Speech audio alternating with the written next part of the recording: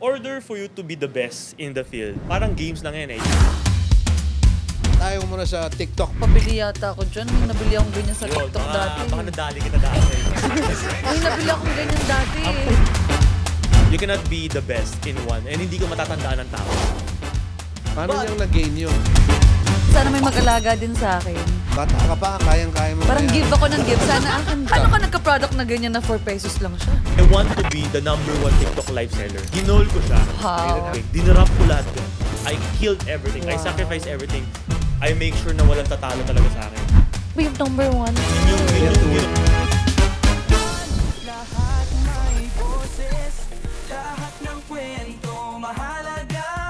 Bakit ayaw mo na sa TikTok pala? Sorry. lahat naman kasi may kanya-kanyang faces sa buhay. So I'm sure maraming magugulat na nakakapanood nito kasi nakilala nila si Kuya James talaga sa TikTok shop. Nag-live. Actually like, napapansin ko pa nga ibang tao na nag-message pa rin, tinatanong pa rin lang, when yung next live mo, may ipon na ako. Like, nalulungkot ako at the same time na I need to accept the reality na I need to grow for myself kasi I've been 1 year na rin sa TikTok and marami na rin akong mga natulungang brands.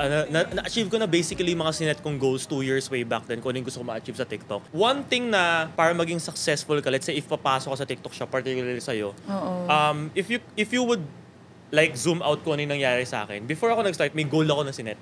Like, gusto kong ma-achieve tong benta na to. And paano mo siya ma-achieve? You need to learn. You need to understand. You need to make sure na all of the pillars ng TikTok shop is naiintindihan mo. And I always believe na lahat ng tao, when it comes to wisdom, equal sila lahat.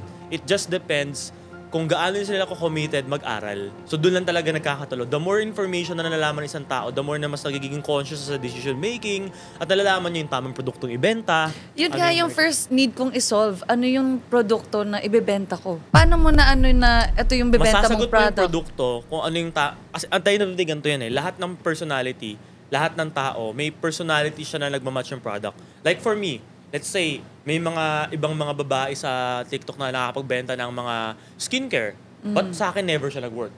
Kahit ang galing ko magbenta. Kasi hindi mo siya masyadong alam. Hindi ko siya masyadong alam at hindi ko siya personality. Hindi naman ako yung nagsisirom-sirom gabi-gabi. Kailangan yung gusto mo talaga at I think i-enjoy ka. it goes well also. Although, sa ano naman, if you're a sole proprietor, entrepreneur, siguro something that is close to you that you know very well. Yes. Inside and out. So if they ask you about it, alam na alam mo. Saka, go ahead. So okay yun Tama yung sinabi product ko. ni Sir Milo na the reason bakit pipiliin mo yung bagay na you're really good at it is whenever you're selling, people buy at the best one. At the best na mag-explain, at the best na mag-demo. Now, if you're gonna sell something na because trending siya right now, maybe you will sell 1 month or 2 months. But it will not last long. And eventually, pag paulit-ulit ka dun sa cycle na yun, mapapagod ka rin eh. Kasi wala ka nabibuild na long term. So you need to really understand, ano ba yung hilig mo? Saan ka ba magaling? So, yun. For example, sa TikTok shop na nag-start ako, nagbenta ako ng shoe cleaner wipes. Shoe cleaner wipes. Lord, napabili yata ako dyan. May nabili akong ganyan sa TikTok dati. Baka nadali kita dati. May nabili akong ganyan dati. Ang puhunan ko doon is only 4 pesos to 6 pesos. I'm selling it for 55 pesos each. Yun nga yata. Yun binili ko. Nag-work ba? Nag-work siya. in Bumubula yun, fairness. sir. Hindi yung basta-basta wipes na may tubig lang, ha? Pag inano mo, Pag ginano mo, bumubula talaga yun. Magaling yung product na yun. So, yun. So where'd you get the Pero paano product? ka nagka-product na ganyan na 4 pesos lang siya? I did my research. Hanap ko yung mga supplier. Kinaibigan ko yung mga Chinese sa Divisoria. Pini-air ko sila. It's a lot of factor na ingredients na may mga paminta, may mga asukal, may mga asin na pag pinagsama-sama mo, sasarap siya eh. So, hindi porket na gusto mo maging negosyante, hindi porket na may maganda kang product kasi benta na siya eh. Marami siyang dadaan ng funnels and pipelines na i-make sure mo na lahat yung magiging seamless. Yung relationships, yung supplies, yung stocks, yung trustworthy, yung shipments, yung logistics, yung marketing. So, yun yung naging motivation ko rin at the same time. Mahirap siya, pero doon ko na-realize, being a businessman makes you a very good person. Kasi you need to organize and make sure everything is gonna do well. The devil is in the detail. Dapat alam mo yung detalye ng ginagawa mo. Kasi kung hindi, mawawala rin sa'yo yun, di ba? Yun yung struggle pa eh, hanap ng supplier, like, paano ko hahanapin yun, yung logistics and all. So, you always think na one day gagawin ko to, one day gagawin ko ganyan. Pero never ka naging day one. Oh. So, never ka naman kasi pumunta sa supplier eh. never ka naman talaga gumawa ng TikTok Shop Seller Center account mo. So, sometimes yung mga ganito, nag-i-exist lang siya sa universe natin, sa utak natin eh. Pero we need to do actions eh. Like sabi nga ni Mark Zuckerberg, di ko makakalimutan, Just start. you don't need to understand 100% of the business. You only need to understand 30% of the Then business. learn The- it. The 70%, you will learn it along the way. Yeah. So, step by step you don't need to feel pressured na, I need to know this, I need to know this. Start from saan mo muna kaya. Kung siguro sa isip-isip mo, supplier problema mo, simulan mo muna supplier. Pag nahanap mo na yung supplier, I'm sure by that time, malalaman mo na yung next step mo. Kasi again, everybody is built equal wisdom. So you just need to go through it para maintindihan mo na, ito na pala yung Hindi next. ganun kadali, you know. It's not easy to putting up a business is not easy. Sabi ko nga sa'yo, talagang malaking trabaho yan. Yung mga sinuswerte, pag sinwerte ka, sweepstakes, okay. But Tatanong ko nga sa kanya eh. pag hindi mo alam alagaan yung swerte mo, mawawala rin. You need to be, dapat parang rehearse mo, pinractice mo, alam mo yan, para mag-grow. Pag hindi, mawawala rin yan sa'yo. Diba? True. I totally agree.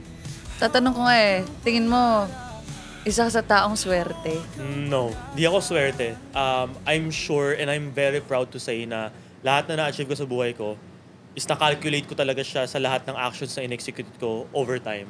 So, hindi ako swerte. I honestly don't rely sa luck. Kasi if you rely sa luck, you're just waiting for... We discussed that the last Yun time, nga right? eh. You're just Oo. waiting for the fruit to Kaya drop tinanong ko siya, ano kaya yung ano niya. No, luck is, for me, is an excuse to humble yourself na parang, uy, hindi naman True, luck true, to, true, di ba? true. Just to For humble me, yourself. sorry for the word, it's a poor mindset. Di ba? Now, we go back to your TikTok. Why are you leaving or why did you leave TikTok? Again, yung lahat ng goals na sinet ko, which is number one, ang pinaka all-time dream ko talaga dati, maka-generate ako ng 9-digit sales in peso. 9 And digit. na-achieve ko yun nung Congratulations. 11/11. And it's not hard. Like, hindi ko magagawa yun kung on day one ko sa TikTok. I know na over time na nagla-live ako na nakaka-20, nakaka-30 million ako. Tapos nag-stagnant yun. Alam ko na I'm preparing for the 9-digit sale na tatamaan ko. Pinredict ko na yun na 11/11 ko tatamaan. Naka-laser focus na ako doon. And I'm funneling everything, I'm compounding everything na tamaan talaga yun. And eventually, tinamaan ko siya ng 11/11. Let me ask you, people who, were you born, ano ka ba? 1999? 1999? Grabe. 9-month baby ka ba? I'm a 10-month baby. Valentine's ako ginawa eh. Aksidente po ako, aksidente. Aksidente ka. So, 10 months ka. May ano ba yon? Parang ADD or over ADD or what? May special Tinanong ko something? yan sa kanya kanina. Tinanong ko sa kanya. Pagkakaalam ko, may classification na sobrang taas ng probability na mabilong ako sa special child. Okay. But thank God na naging normal ako. Yeah. So, But do you Yung mind mo, do you tingin mo? feel like you have extra qualities from being a 10-month? ang hirap siya sagutin for me kasi Kasi you're bustling with energy, honestly.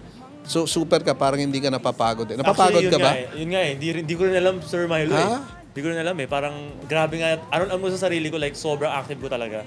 So, maybe, I don't know. I cannot prove, I don't know how to prove Do you know it. that supposedly ADD, ADHD, you know what happens with... I know I have ADHD. You have that? I think I have one too. I didn't go to like the hospital laboratory na para i-test ako. Pero alam ko na sa sarili ko na meron ako. Pero alam mo kung ano yun, yung nabasa ko, pag ADD, ADHD, there's a lack of, hindi balanse yung mga chemicals into the brain. It's either kulang or sobra. Baka sobra yun sa'yo, ano? Baka sumobra nga po. But that Sobra. doesn't mean na hindi ka normal. Di ba? Iba lang yung pag-process ng Iba yung processing. It's emotions different for everyone. You know, there are ADD, ADHD Ano ba people. yung ADD? Sorry, ngayon ko lang narinig. Parang ano? Parang deficiency in ano, basta I know that there's a chemical in Google the ko na brain ba? na hindi na hindi kulang or sobra, and you balance it by giving you medicines para pumantay yan. I always believe na yung mind ng tao, we are wise eh. We are never ever going to harm ourselves. I talk to multiple businessmen like Sir Milo and even like Sir Chinkitan, mga kaibigan ko mga mayayaman, tinatanong ko sila. Kasi humingi rin ako ng advice eh. Sabi ko, alam ko yung problema ko sa sarili ko, grabe ang likot ng utak ko, pero alam ko na kaya ko itong i-turn into positivity. How? Sabi sa akin ni Sir Jinky, di ko makakalimutan to. Nag-Zoom session kami. Sobrang na-appreciate ko si Sir Chinky. Alam mo si Chinky, kaibigan ko yan. Wow! Hindi mo alam? I was Randy Santiago's manager years ago, Chinky was one of our Howie boys. Howie boy si Chinky. What a small world. Imbitahin natin minsan si Sige, Chinky. kakatapos lang actually namin ng nagganto rin kami. 2 weeks talaga? ago sa bahay niya. Tawagan ko siya. Pero next time, we can. Sige. Sige. Oo. So sabi sa akin ni Sir Jinky, hindi ko makakalimutan. Yun yung nagpatuwid ng utak ko. Like, dinownload niya sa akin yung knowledge na yun. Ngayon, na-update ko yung parang yung program ko. So, Na-rewire ka. na-rewire siya eh. Na-rewire. Kasi gusto kong mag-succeed. Gusto kong maging number 1. Mm. Pero, paano ko siya ma-achieve? Kinameta sa akin ni Sir Chinky. Sabi niya, James, you're a good person. You're a hustler. You have so much energy. But if that energy is scattered to 10 different things, you cannot be the best in one. And hindi ka matatandaan ng tao. Because you're being diluted doon sa public. Like, halo-halo kayo dyan. Hindi ka mag-stand out eh. How can you stand out? If you know you are good, if you know you have so much energy, you need to only pour it sa isang bagay para mag-stand out ka. Like sinabi niya sa akin na, for example, nag-focus ako sa pagiging wealth coach. Pag sinabi mo wealth coach sa Pilipinas, sino unang maiisip? Chinkitan. Same thing with toothpaste, Colgate, soft drinks, Coke. So kailangan magkaroon ka ng strategy. You should brand yourself. I should brand myself na. And that was the time na na-realize ko na parang, I think I'm really growing up. So, feeling ko tapos na ako dun sa starter era stage ko. So, kailangan ko na talaga mag-decide na saan ko ba talaga gusto pumunta? Which is actually a very, very good problem. Na darating sa phase mo yun na darating ka dun na kailangan mo mag-decide ano ba talaga gusto mo maging? So, what do you... So, anong gusto mo? Pumasok yung TikTok. Nung nakita ko yung TikTok, I understand 30% of it. I just felt and I believe na this is going to be a very, very big platform this coming 2024. Sabi ko, okay, sige. I want to be the number 1 TikTok live seller. Ginol mo yun? Ginol ko siya. Akala ko nagulat ka na lang No. na, number 1 pala ako. Made it happen. Do you have like, alam mo yung board? Yung susulat mo, dream board? May dream board ako. Yes, may dream board ako. You have Gusto to, ko rin yan. You have to sleep it. You have to eat it. You have to sleep on it. You have to live it. Yung ganon. I wanna be yung number 1 too. Yun You have yung to wish ginol it. ko. And that was me 2 years ago, which is na-achieve ko yun. And I have been number 1 for the past 1.5 year consistent. Every month, I make sure na walang tatalo talaga sa akin. So, I make sure na like yung even yung top 1 to top 8 record, title ko lahat yun. You have to wish it. You have to be with a group of people who have the same likes. If people are with you na hindi mo ka-utak din, they'll bring you down. Live seller, number 1, yun talaga yung goal mo. Yes. O maging number 1 na, basta nagbebenta sa TikTok. Di ba pwede naman hindi live Meron yan? kasing Pwedeng check meron out kasing lang. ranking talaga doon na makikita mo siya online kung pang ilang ka. okay. So parang tinreat ko siya na parang games. Na gusto ko tumasa sa leaderboard.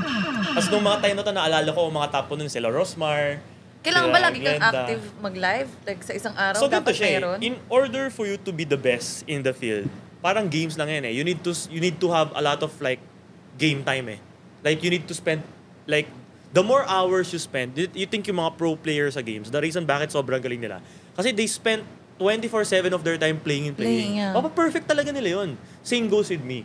In-spend ko lahat ng time ko. So again, moving back dun sa I have 10 things doing, dinarap ko lahat yun. I killed everything. I Wow. sacrificed everything. Kahit yung mga kumikita ko ng pera, pinatay ko lahat. Kaya yun. lahat ng girlfriend niya, tinanggal niya.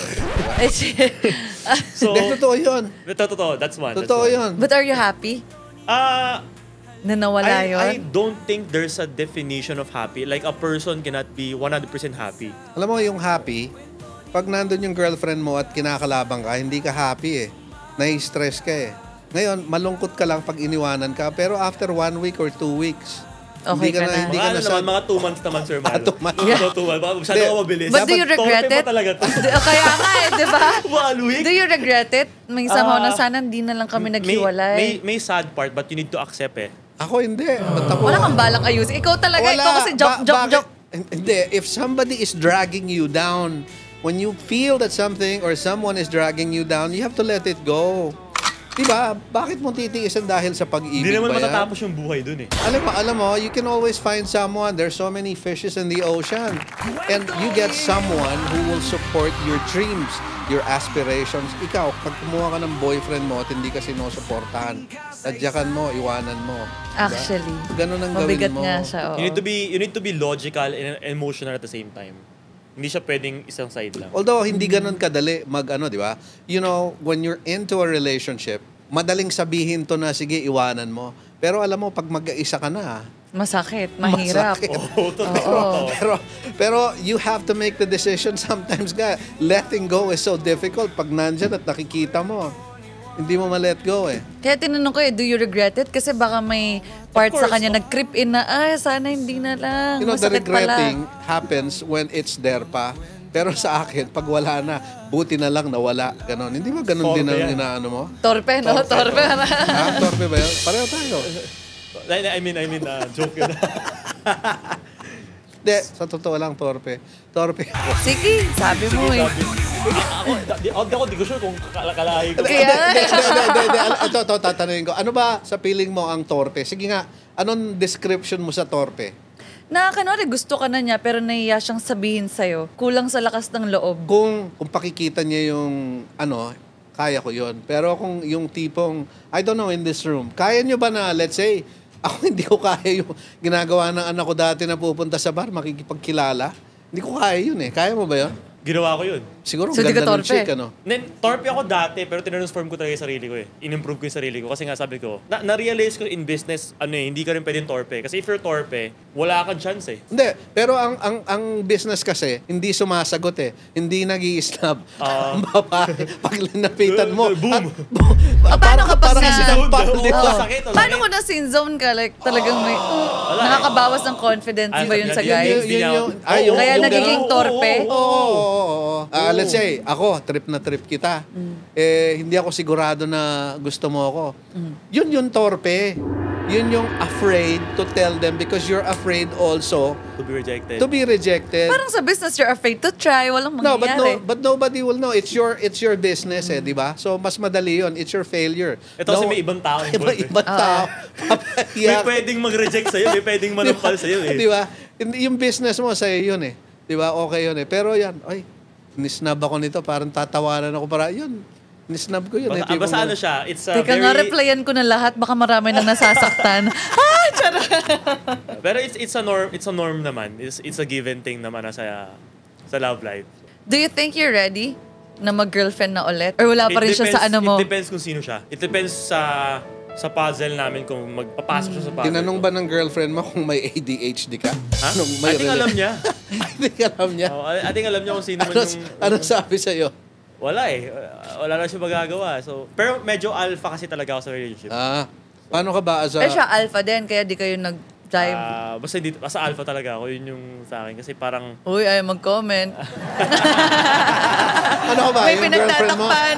Yung pag may nag-holding hands naman Oo kayo. naman, oo So, naman. how do you say that you're an alpha? How do you say that? I mean, When it you comes want... to decision Decision-making? making, ako palagi.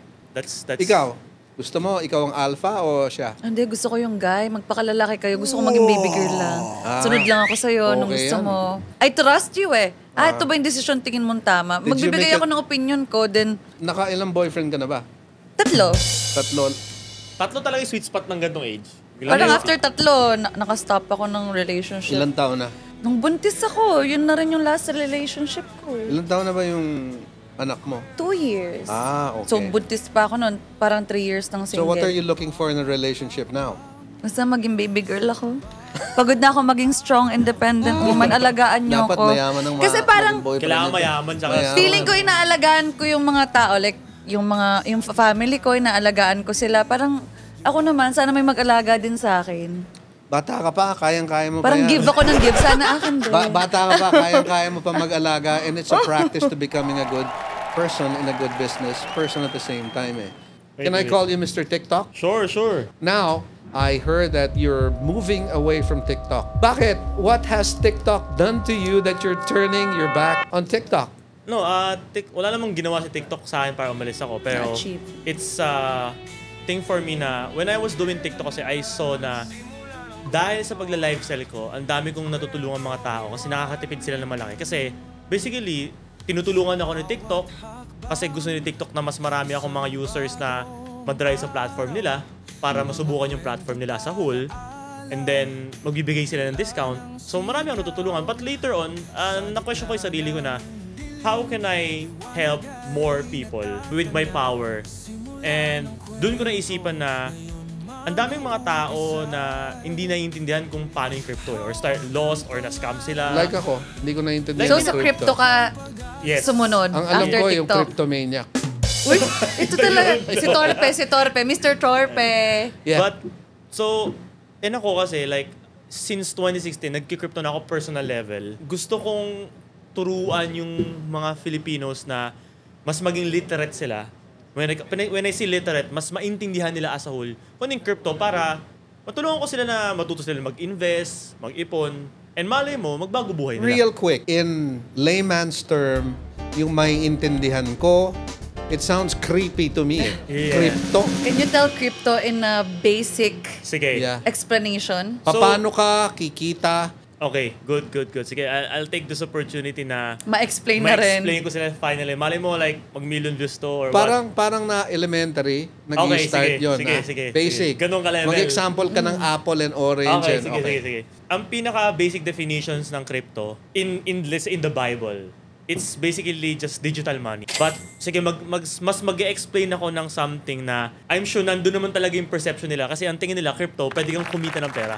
Yun talagang perception ng karamihan eh. Pero technically, in the Bible, crypto is just parang technology lang talaga siya. Pero sige, isa-set aside natin yon, pupunta tayo dun sa bagay na mas madali. I'm sure everybody knows stocks. Like kahit a normal Filipino. alam mo, stock? Alam mo stocks, di ba? Forex, Naiintindihan mo tinanong siya, kanina. paano siya nag-work. And Sir Milo, naiintindihan mo siya paano Yeah. nag-work. If tatanungin kita, do you think every Filipino wants to invest in stocks? If it's a money venturing thing, they would if they had the money. Yes. Yes. Yeah. But technically, if they have the money, everybody's interested. Yeah. They think that stocks will make them money. But the problem with stocks is hindi ka basta-basta makakapasok. You need a broker. There's a lot of like process.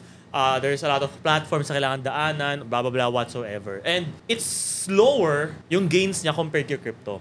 Si crypto, ang ginawa niya, even tricycle driver, parang pwede mag-invest sa crypto. So, for example, maraming cryptocurrency out there na, of course, Bitcoin, kilala ng tao. Bitcoin is a parang brand It's ng a brand. Bitcoin. Yes. Okay, Bitcoin, and it has a value. It has a value. What's the value of it now? It's around Million. 5 billion pesos. Million. Around One? 5 million For pesos. one Bitcoin. 2 years ago, it's 1 million pesos. So imagine mo kung nakapag-invest ka sa Bitcoin 2 years ago, times 5 na yung pera mo right now. Paano niyang na-gain yun? Paano nyo na-gain yun? Okay. So, ganito lang siya eh. Every brand, or let's say every business na lang, let's say nagtayo ka ng restaurant. Itong restaurant na to, ang pangalan ng restaurant na to is Bitcoin. Ngayon, meron kayong mga serve the food and pinresent sa yung idea and you agree na, I think itong restaurant na to, itong Bitcoin restaurant na to, lalaki to. So, do you think na if you invest, let's say, 1 million pesos, or let's say sabihin natin para mas madali maintindihan ng karamihan, you invest 10,000 pesos doon sa restaurant na yon. Pag lumaki siya, let's say, naging 100 yung branches niya, do you think yung nabili mong shares sa 10,000 pesos will be the same value? Or No, tataas higher. yung value niya? Higher, of course. Baka siya tumaas kasi nag-grow yung business. Same goes with crypto. If yung coin na yon, if yung brand na yon, if yung Bitcoin nag-grow siya further, meaning dumadami yung customer niya, dumadami yung bumibili sa kanya, tumataas din yung share na nabili mo sa kanya earlier when you were buying. Example, okay, si Bitcoin restaurant. So, let's say, nagpora ko ng 10,000. You put your money there, right? You put your money, and then what happens to the money there? What happens to it? Who uses it? Saan Who gets shop it? na pupunta yung tanong ko rin Okay. kanina? So, it depends. Sa traditional way, it can be a form of capital. Yeah. It also happens sa mundo ng crypto, pero medyo mas technical na yon. Pero pag-usapan na lang natin once na naka-launch na sila. But in crypto, pwede ka na mag-invest sa isang certain cryptocurrency company, let's say na magtatayo sila ng crypto, na pwede nila maging capital. Yun yung tinatawag na seed investment. Kasi buto siya eh, seed investment. But the moment na naka-launch na sa labas to, magi-start kasi yung presyo niya na isi-set. For example, Sir Marlon, nag-decide tayo, okay, magla-launch tayo ng Triggerman na coin. Hindi, wag na. Okay. Hindi na. Magtatayo na lang tayo ng ano mo, Ng restaurant. yung James Bitcoin. Okay, James magtatayo. Coin. Kasi magtatayo ka naman talaga eh. So let's say nag-launch Di ako ng ba? Tama ba ako? maya natin mag-usapan. So let's say Okay, let's drink to that. let's do. Cheers. Cheers. Asan ang drink mo? I feel like... Iced tea. Okay. Cheers. Sarap talaga ng beer pag naka-ice. Ganito lang siya kasimple eh. Iba yung pinupuntahan ng pera mo bago magsimula yung business.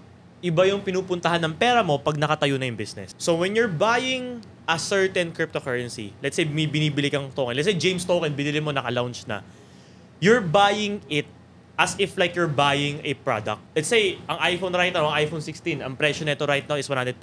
And mali mo next year, hindi na mag-release ng iPhone si Apple. So ano mangyari sa value niya? Mag-retain siya. Or tataas siya. Kasi tataas yung demand niya. Kasi wala nang lumabas eh. Pero if may lumabas, pwede mo ba yung value niya? Next question ko, do you think pag itong binili mo siya 100,000, pag binenta mo siya, makukuha pa rin mo ng 100,000 yung kabentahan niya? Kung last Hindi na siya? Kung may bago na. Kung meron pa din na. Hindi na. Same goes with crypto.